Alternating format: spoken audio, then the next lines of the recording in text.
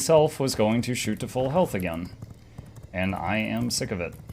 I used a full set of gear down to the point where it broke. And I have used 3 hours worth of potions.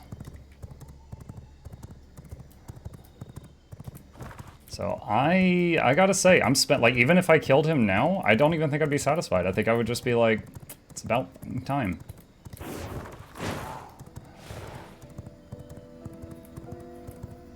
I had the same issue as Sekiro. I killed, you know, the first kind of challenging boss in Sekiro was a Lady Butterfly. I killed her, and it took me like 2 hours. And when I finally killed her, I wasn't even like satisfied about it. I was just like, all right, it's about time. What is next? What crap is this game gonna throw at me after this? So I ended up not finishing that game. Is this still the co-op server? Yeah, this game is very hard to play solo because time doesn't pass. If you're playing solo, time doesn't pass when you're offline.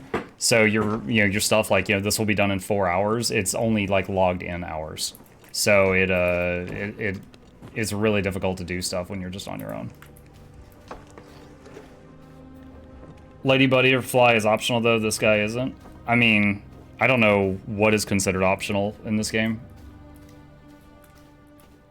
There's also the whole system where you have to come back here to track them again because the tracking gets turned off every time you encounter them. That was really, really frustrating.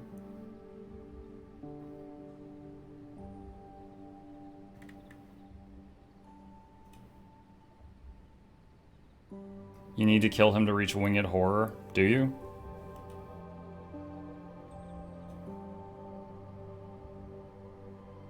Oh, he gives bat form, which allows you to cross impassable terrain.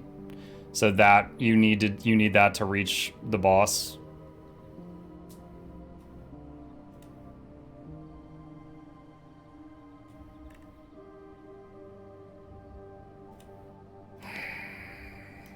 All right. Let's turn in what we can here.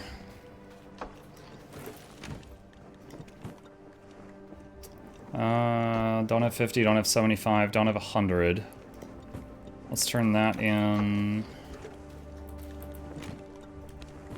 That in.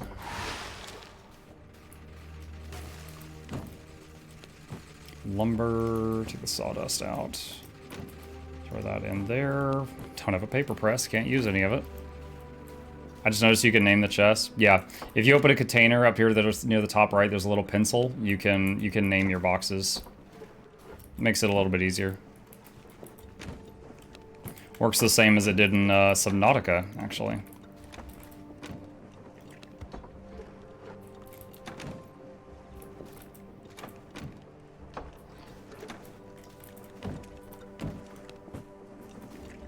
I got some Microsoft start choosing the air would have stepped and gone to play balloons T6. I mean, a majority of my time playing this game, I've enjoyed it. I wanted to get to the end and see it, but I also don't want to get carried. And that weird mixture of emotions has unfortunately led me to not finish multiple games, and I think it's going to happen again here. Because if right now, if the solution to me progressing is run around the map in circles for possibly hours until I find like a 90+% scholar, getting them in a prison, draining them and feeding them fish to keep them alive while I have scholar blood, then continuing to go farm, what are these things called? Schematics for possibly hours, until I get the other few pieces of Blood Moon gear, farm scrolls for hours, to possibly get the paper press, to get the other scroll recipes, to get the other floors, which that part might not even be necessary at this point because I've almost got everything. But it's just like that's a lot to have in front of me, you know, just basically go to do something boring for hours and hours and hours until then you'll be 5%, 10% stronger the next time you fight that boss. So It's daunting. It's daunting to have that be the path that's in front of me.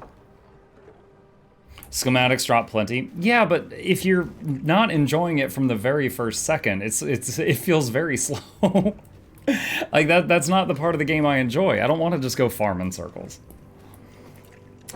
This game has indeed become an idle game for me. Let my minions do stuff and come back to sunset. Yeah, that was me for the last 4 days, and then just from minions, I managed to, get the Dawnthorn set, a piece of Blood Moon, upgrade that to a Corrupted Amulet, and then I had the, I got the Dark Silver Weapon, and I was like, all right, I should be able to handle this guy now. But between constant ads, the freezing spell literally freezing my game, constant resets, having to run into his attacks to avoid him resetting, the system where you can't restore your health all the way to full after you get hurt in a fight for some insane reason, the tracking getting turned off every time I attempt him, having to wait on nighttime, having to wait on him to be in the right spot. There's so many factors going on there. I don't know. It's just, I'm just really depressed right now. How much raw wood for a single plank? The wood? It's 15 wood for a plank. But, I mean, I ended up getting 2,000 wood there just picking up the lumber from the trees he knocked down from his attacks. Heartstrike, I tried Heartstrike on 2 attempts. It didn't work well for me. There was even one time where he had the Heartstrike on him. He went into his ultimate mode, the Heartstrike ran out, there was an explosion, and it did 0 damage to him because he was in his ultimate.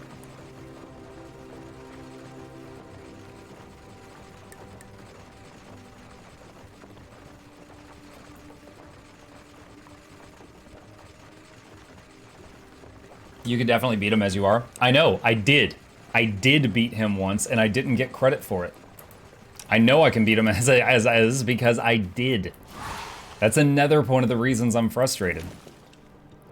One time I did kill him, and then I died to ads, and I couldn't get back in time to get the body.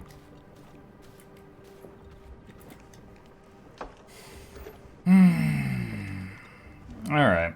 Unfortunate. I'm sorry, guys. I think I'm being a bit of a downer. I really did love a very large chunk of this game, but it's just right now I'm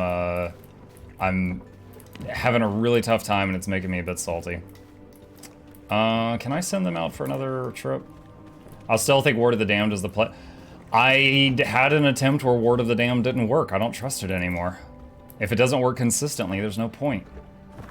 It's just like the freezing spell that froze my game. I'm not going to try it again because it froze the game that time. Let's see. I need to put the gear back on Alex. I can't do that right now.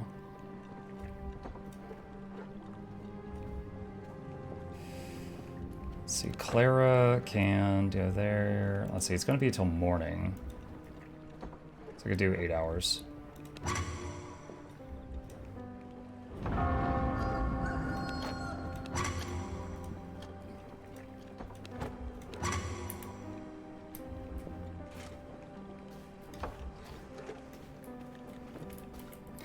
Don't stand next to him when he spawns blades. It's the only thing it doesn't work on.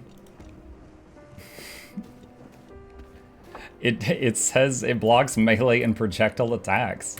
The blades are projectiles. I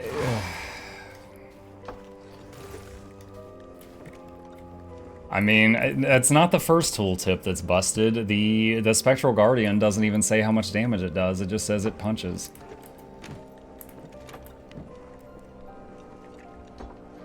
It works on the blades, not the spin. The spin is a melee attack.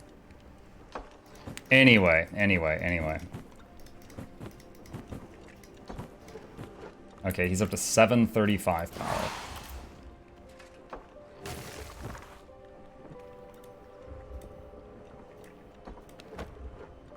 And go there.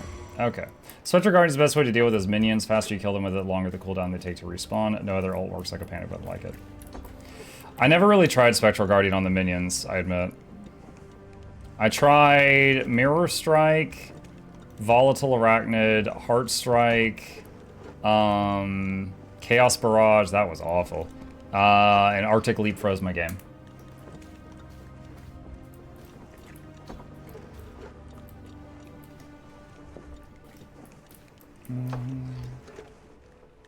Use Spectral Guardian for the shield, not the damage. I mean, maybe. It doesn't say the damage. That's all I'm saying. It says the power of the shield. It doesn't say the power of the damage. Anyway, okay. With that, I'm going to take a break. I'll let my minions keep farming stuff, and we'll see about possibly revisiting this another time.